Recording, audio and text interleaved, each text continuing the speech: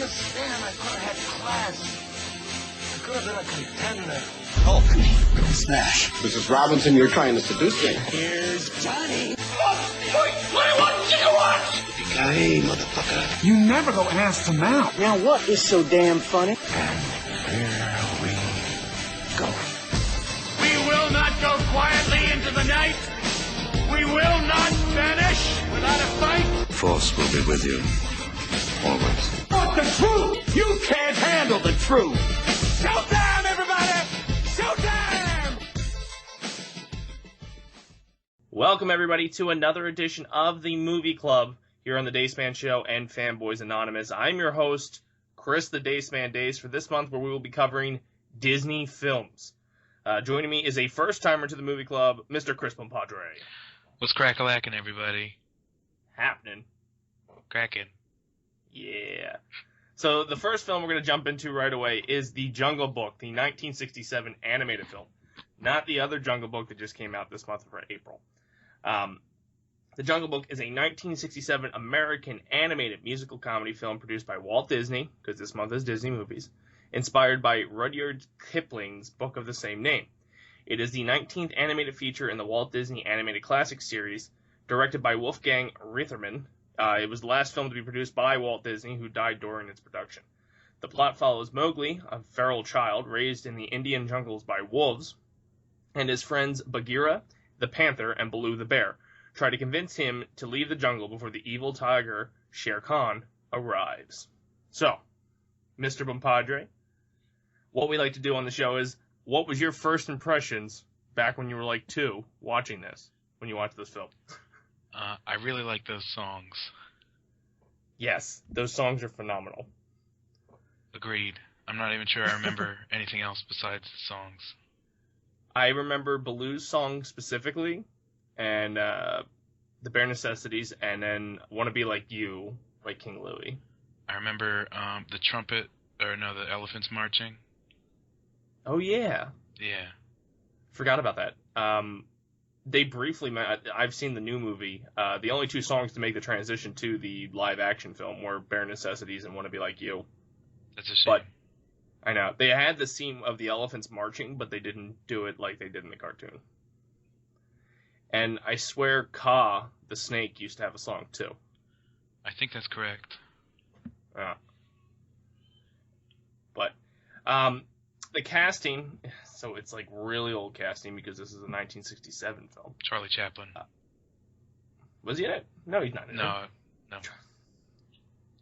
Bruce Reitherman played Mowgli. Phil Harris was Baloo. All right. Sebastian Cabot was Bagheera. Louis Prima was King Louie. George Sanders was Shere Khan. Sterling Holloway was Kaa. J. Pat O'Malley was Colonel Hayth, the Indian elephant. Oh, yeah. Duh. Forgot about him. And no other really notable names. Like, this is old casting. When we get to our other films here in the series, we'll be like, oh, well, we know those people. Well, here's an interesting thing you might not know, Chris Dace. George Sanders, voice of, I forget who you said, is Bernie Sanders' brother. Is he? No. You would have fooled me with that fact. He's the voice of Shere Khan. Right. You know what? If you look at his picture, he could be. They've got the same, well, no, Bernie's hair is just unstoppable. I took a guess. It was 40 years ago. It might be right. Yeah, he died in 1972. Oh, this is a sad time for Bernie. Yeah, there's a good chance he could be Bernie's, maybe, father. I'll look it up later. Songwriter, composer. I'm looking now at his Wikipedia page. Oh. I don't think he's the father of Bernie Sanders. You are not the father. Now he's doing the little dance. I think that's how it goes. That's right. So you said your favorite point of this movie was the songs. Was there any other highlights from this movie? No. I don't. Well, it's tough because these older movies were kind of like shot for shot of the book, and not as not catchy, because the Bare Necessity song and stuff like that was catchy. Right. But I don't find myself going back to watch movies like The Jungle Book or Cinderella or Snow White. Snow White. Yeah. The older animation from Disney seems a little bit harder to swallow when it comes to a pill. I agree. If you were going to give this, what we do usually at the end of it is a high point, low point. Since there's only 2 of us, I doubt we're going to run the full 15 like we usually do. But what would be your high point, low point of the Jungle? Well, not you. We already talked about that. What would you give it on a rating 1 to 10 for the Jungle Book? 7.5. Nice. Personally, I think I'd give it a 6. Again, these older animation ones are hard to dive into, but the songs, bare necessities, and it's a classic. It is. And before we wrap up here on the Jungle Book, a thing we're going to find with actually all these films that are on the list, except one, they all had sequels. Interesting. The Jungle Book 2 came out in 2003. I never heard of that. Yeah, and that's what, 40 years after it? Yeah. Not even. Almost 40 years after the original movie. And the plot for that was Mowgli is now living in the man village with the girl who lured him in, which, side note, spoiler alert, if you watch the live action, he doesn't ever go into the village, which that irritated me. But completely sidetracking. And Shanti, his adopted brother, Ranjan? Yeah. And their parents. So, however, Mowgli returns to the jungle for fun, and after nearly leading the other children of the village into the jungle, he is punished by his adoptive father for trying to lead them into danger. Meanwhile, in the jungle, Shere Khan has returned. Thought he died. Right. To Baloo and Bagheera as part of the jungle seeking revenge for what Mowgli did. So. That sounds dumb. Sorry, everybody. Yeah, and you know what's sad? I really think there's a good chance Disney tries to make this, considering Jungle Book did so well at the box office. They're going to do that sequel now? I could see them trying to, but again, it looked like Shere Khan died, spoiler alert, in the live action one as well. So, I don't know how. But the one thing that irked me was they did not have him go into the village like he does at the original book and cartoon movie. Right. That is irksome. Yeah, right? Yeah. So, there you have it. Jungle Book, for all intents and purposes, in the book. Check out part 2, where we'll be going into the 1992 film Aladdin, here on the Dace Man Show YouTube and fanboysanonymous.com. Welcome back to part 2 of the movie club here on the Dace Man Show and the Fanboys Anonymous. We are going to be talking about Aladdin, the 1992 Disney film, myself and Mr. Bompadre, who's a first-timer here. And Aladdin is a 1992 American animated musical fantasy film produced by Walt Disney, which is our theme for the month of April, and released by Walt Disney. Aladdin is the 31st animated feature film in the Walt Disney Animated Classic Series, and it follows the journey of a street rat who goes from rags to riches, and showing that you can find love in any place, and the world is a lot happier when Robin Williams was in it. Just saying. That's right. So, initial reactions, Mr. Bompadre, on this movie. It's a wonderful trip down a magical lane brought to you by Robin Williams and the guy I don't know who voiced Aladdin. The guy who voiced Aladdin was Scott Winger? Scott Winger. Yeah. It's on the tip of my tongue. But Brad Kane sung for him. Brad Kane. Okay. I didn't know there was different people. I guess that makes sense. I love this movie. This movie's my favorite movie of all time when it comes to all the Disney animated features. It's number 1 for me. The casting, of course, Robin Williams is the genie. Scott Wagner is Aladdin. Jonathan Freeman is Jafar. Linda Larkin is Princess Jasmine. They actually hired someone to do Abu, Frank Welker. Gilbert Godfrey is Iago. Yes. And Douglas Seal is the Sultan. So, very small cast when it came to this movie, but still one of my favorite movies. And I gotta say, we talked about this a little bit with the Jungle Book. Everything did sequels, and Aladdin went on to do 2 more movies after this. The second movie did not have Robin Williams in it. It had, what's his name? Dan Gordon Castanella. I think if it was Gordon Ramsay, it would have made the movie a little bit better.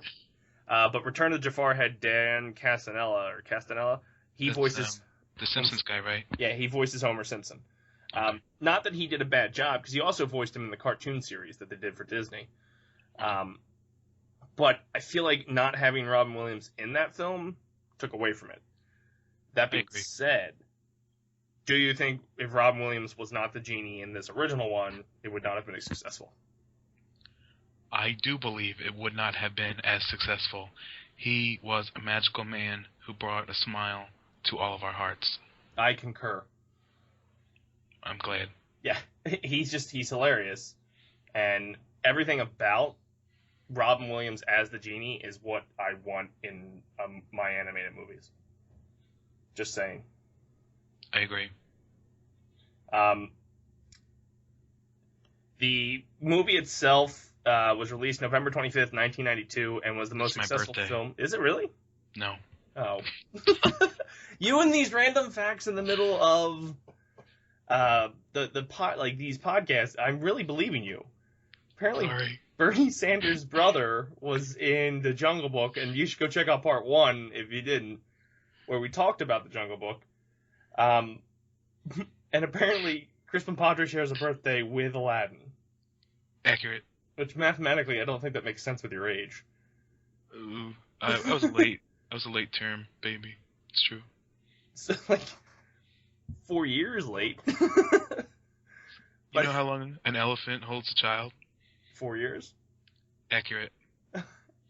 No, you're not going to burn me again. But the movie was released November 25th, 1992, and was the most successful film of 92, earning over $217 million in revenue in the United States and over $504 million worldwide. The film has also won many awards, most of them for its soundtrack, and has led to success in other material inspired by the film, including 2 direct-to-video sequels, Return of Jafar and Aladdin, King of Thieves. And the video game for Sega was amazing. I agree. I have that. It's fun. I need to let's play that one day. Do it. What did you think of the soundtrack? I think it's great. The singers for Aladdin and Jasmine are spectacular, and they melded very well in, I don't know the name of the song. A Whole New World? The World. A Whole New World, there you go. It was magical. Well, I think there's that. The Friend Like Me, Genie's initial song when he gets pulled it out of the lamp. Right. Again, if it wasn't Robin Williams, I don't think that song would have been as great as it was, because if you listen to other copies of that song, Mm-hmm. they're not as fun. They're not as good. They're good, but they're not what this was. He's very charismatic. Yeah, and he did the different voices throughout the song, and you have people who do the Broadway musical that they've recorded them, and they try, but it's not as good. It's like you're not Robin Williams, and that's a huge standard and big shoes to fill. Right. Well, Genie doesn't wear shoes, but you're right. He does occasionally. That's true. He has those parachute pants too. That is true. The man is like a fashion statement. 4 Right. fingers, no shirt, parachute pants. Ponytail. He was doing the Tony Stark hair before Tony Stark was doing it, with the facial hair. That's right. But when it comes to that song, Neo, in 2015, they released a CD, Disney did, where they had a lot of the current artists redo some of the, to cover some of the music from the films, and Neo did Friend Like Me, and it was like a jazz cover that was not as fast-paced, and... Yeah, I don't know how that sounds. I don't like it. It's just weird. It's slow, and he's just too cool for the role. I mean, Robin Williams was really cool in the role, but he was just too cool. It was just, I'm laid back. I'm in a jazz bar doing jazz things. Right. You want a friend like me? No. That's not the right fit. Yeah, it's like, I don't want to be friends with you. I want to be friends with the other genie, Robin Williams, who's Right. phenomenal. I want to be friends with Robin Williams, too. Right?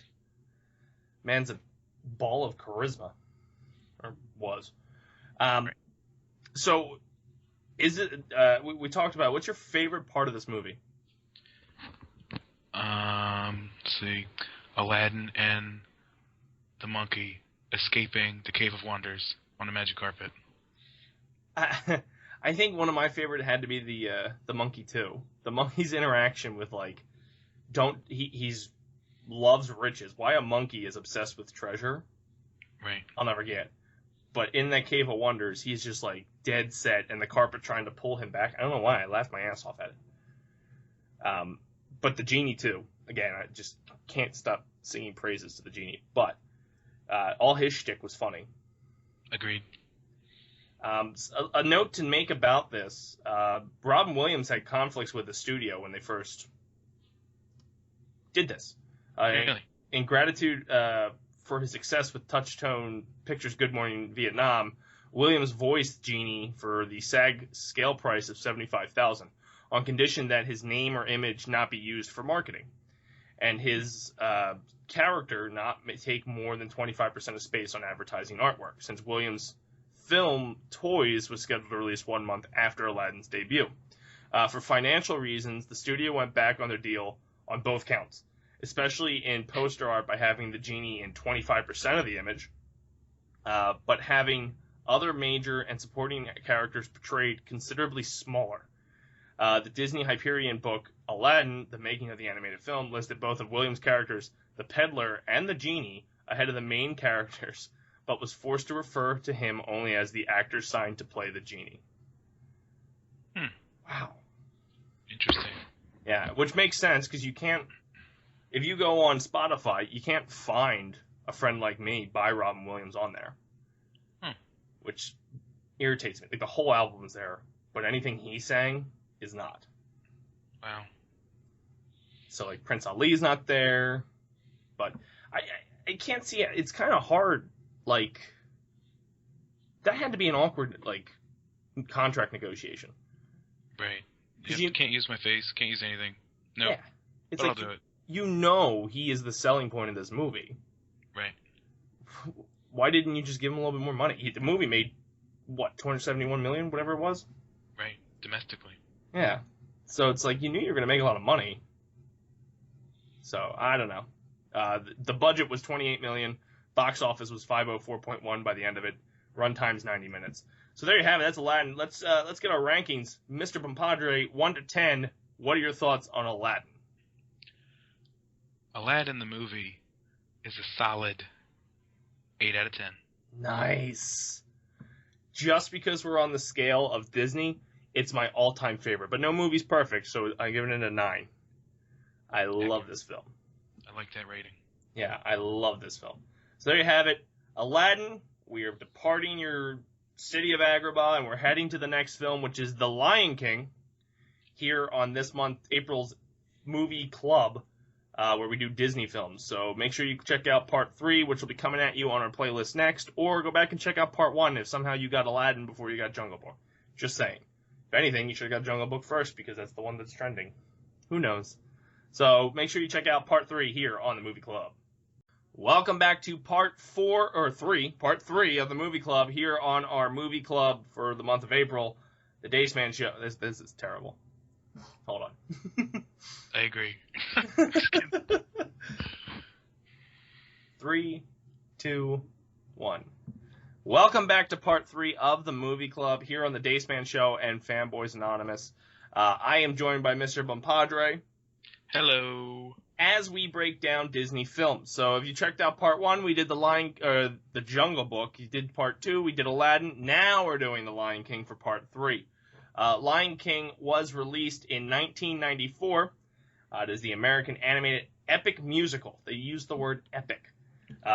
Produced by Walt Disney Feature Animation and released by Walt Disney Pictures, and it is the 32nd animated feature in the Walt Disney Animated Classics series. The story takes place in the Kingdom of Lions in Africa and was influenced by William Shakespeare's Hamlet. The film was produced during a period known as the Disney Renaissance. Mr. Bompadre, first impressions on The Lion King. I really like Timon and Pumbaa. They're hilarious. Who, I think, got a spin-off from this movie. If I'm not They're mistaken. in like Lion King 2.5 is all theirs or something like that. Yeah. They came out with direct-to-video follow-up to sequel to Lion King 2, Simba's Pride, in 98, and the prequel parallel Lion King 1.5, and 2 television series, Timon and Pumbaa, and The Lion Guard. I think The Lion Guard just came out this year. That's right. I've watched it. It's decent. It's no Mickey Mouse Clubhouse, I'll tell you that. But like you said, I think Timon and Pumbaa, I remember watching that as a kid because they were the shit. That's right. And the fart jokes. Yeah. Oh, big time on the fart jokes. Timon was voiced by Nathan Lane, and Pumbaa was voiced by Ernie Sabella. I don't know him. I don't know. I thought it was Chris Farley. No. If that was Chris Farley, that would have been amazing. Down by the river! God, that would be great. Matthew Broderick played Simba, and Joseph Williams provided adult Simba's singing voice. Mark Henn and Ruben A. Aquina respectively served as the supervising animators for the young and adult Simba. James Earl Jones was Mufasa, Simba's father.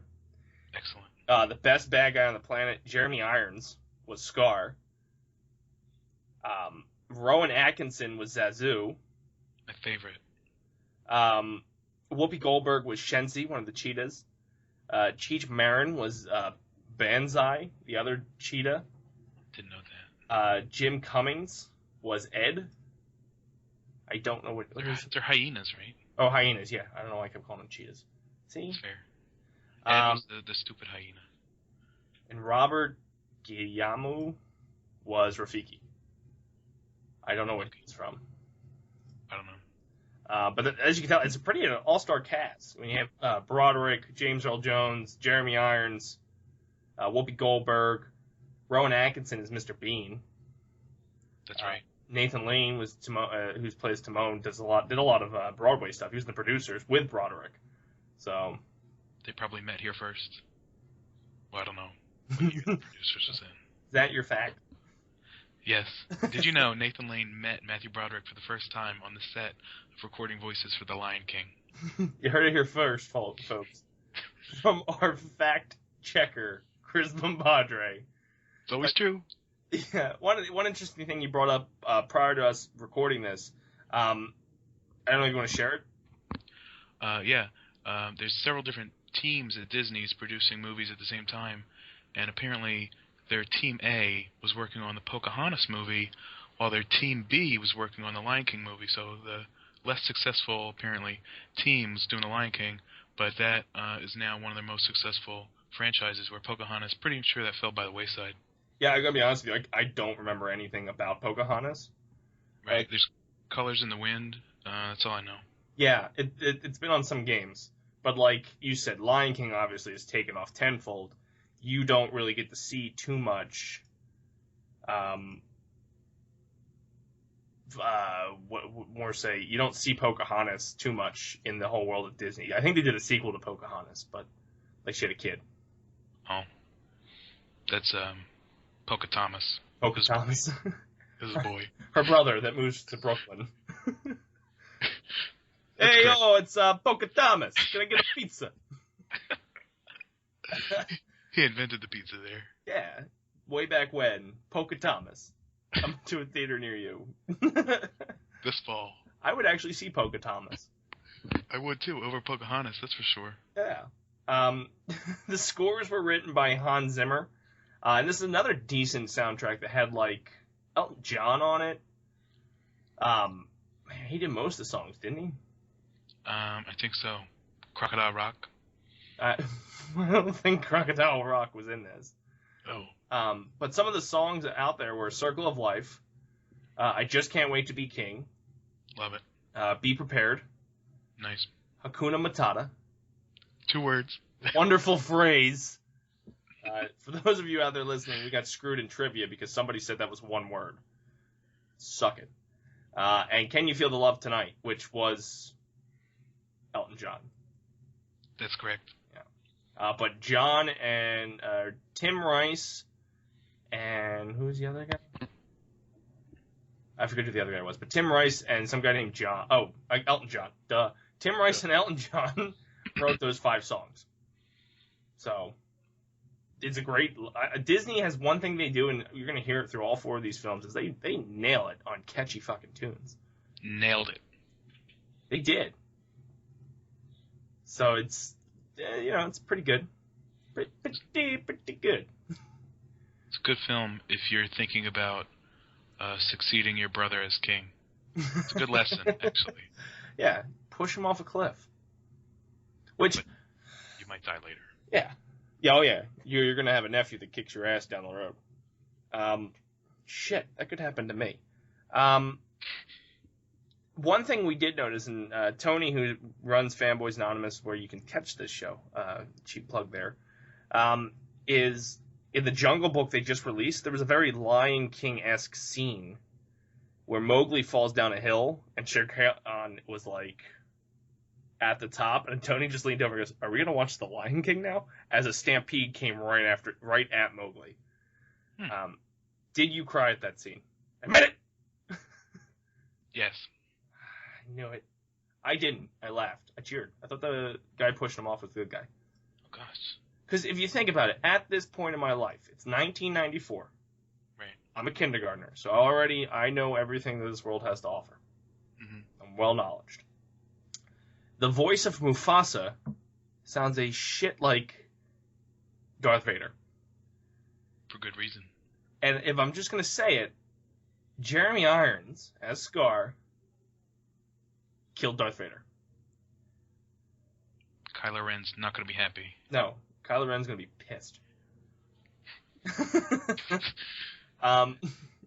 The one thing I think is neat to notice, and you'll probably see in all these films, around this time, and I think Little Mermaid might have been the first one to do it, all the villains are green. Like, when they're being evil and, like, devilish. I think if it's even in, like, Maleficent had it, too. When smoke appears, it's always green around them. Why do you think they went with the green color and not, like, red? I would think red as well. Green, perhaps, to evoke greed and envy is what drives them to be villainous. There you go. That's actually a very good answer. Like, probably one of the best I've ever heard on these podcasts. Oh, well then I should have said because they all like green beans. That seems more on par when it comes to a show that I'm involved in. It's because they're farting. That's the answers I get out of, like, a Gibby when you ask him his opinion. What we're going to do now is we're going to wrap up Lion King before we head to our 4th and final film. Did you give a rating? Yeah, oh yeah, that's true. What would you rate The Lion King? You know what? I don't even like cats. So I'm going to give Lion King a solid 7 out of 10. Just because you don't like cats? That's correct. Oh, that's fair. I am not a fan of this movie because it tried to make me feel things. And because I made the realization in the middle of this podcast that my brother has a kid, and if I were to push my brother off a hill, his kid might kill me like 20 years later. So I'm going to give it a 6 out of 10.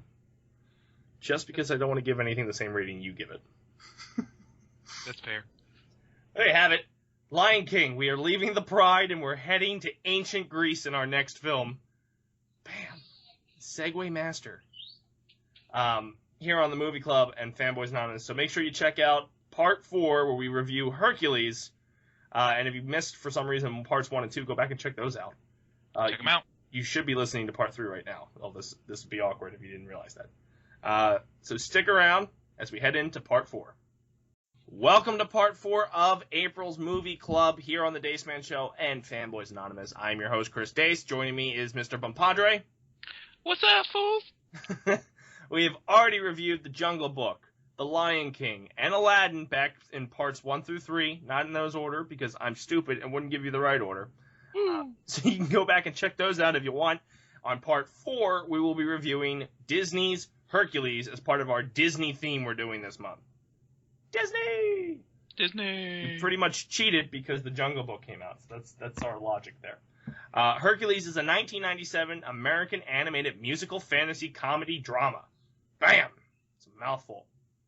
Produced and released by Disney, and is the 35th animated feature in the Walt Disney Animated Classics series. The film was directed by Ron Clements and John Musker. The film is loosely based on the legendary hero Hercules, known in the film by his Roman name, Hercules, not the Greek one, the son of Zeus in Greek mythology. Bam. Initial thoughts on Hercules, Bompadre. You know, I like everything mythological, and maybe this was the start of it. I was a 9-year-old boy when this came out. Actually, I was 8. and it was very interesting to see the different gods, etc. And Hercules is cool because he kills different beasts, etc. Yeah. Now, I'll give you that.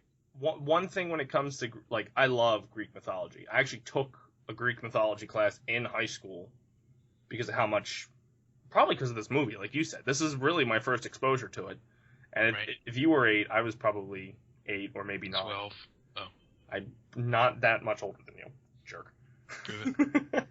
But like you said, it's a weird twist on, it's an upbeat twist on Greek mythology. Because if you get into real Greek mythology, dear God, it's depressing.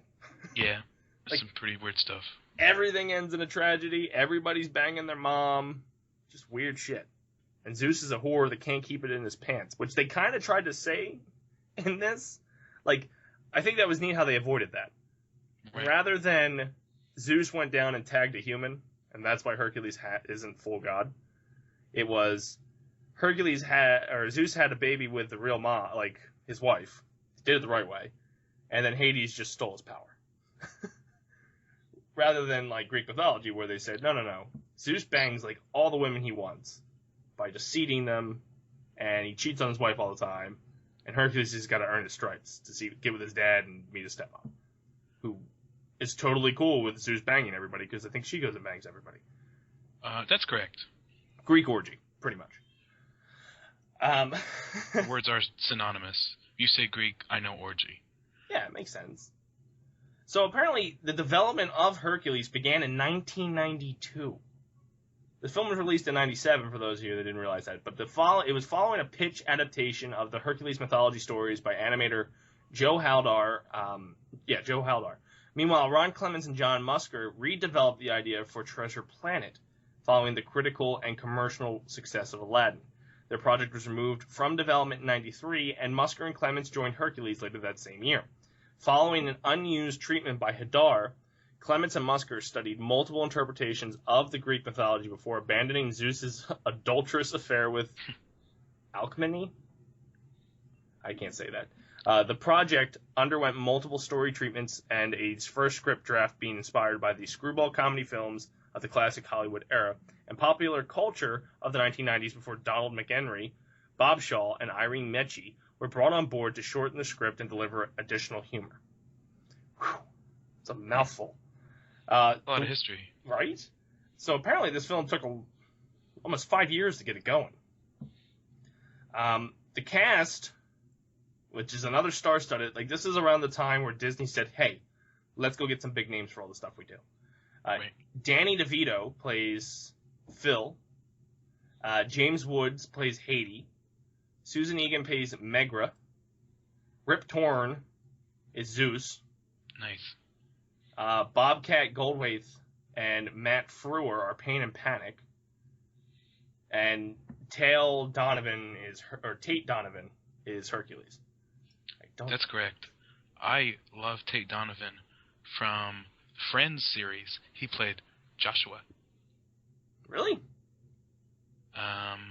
Is this another one yes. where you're burning me? No, that's an actual fact this time. Oh, I did research. It says he's a Jersey boy, too. Oh, I don't believe you for 1 second. I'm probably on the same site where you got your fact. No? Okay. I can't name it for copyright reasons. Fair enough. So, great movie. This is another one where Disney nailed it out of the park with the soundtrack, wouldn't you say? That's correct. I enjoy every song. I remember there are women singing on pottery. That's true. And you know what? The Gospel Truth was the one song where they went through 3 parts, where they told the whole story of Zeus. That's correct. And then there's the hit, Go the Distance, which I prefer the one by Roger Bart that's in the movie, but Michael Bolton did a recording as well. I didn't hear the Bolton one, but I am a fan of his. It's slower. Oh.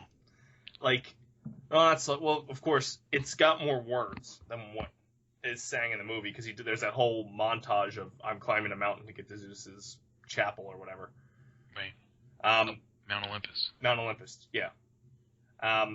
Then there's the One Last Hope by Danny DeVito, which, who would have thought Danny DeVito could sing? Nobody. The guy's like 3 feet tall. And I'm pretty sure he was coming off of, like, Batman, or Return of Batman, where he played the Penguin. That's right. It's very polar opposite. Yeah, he was terrifying in that movie. So as a kid, it's like, hey, oh my god, it's Cobblepot.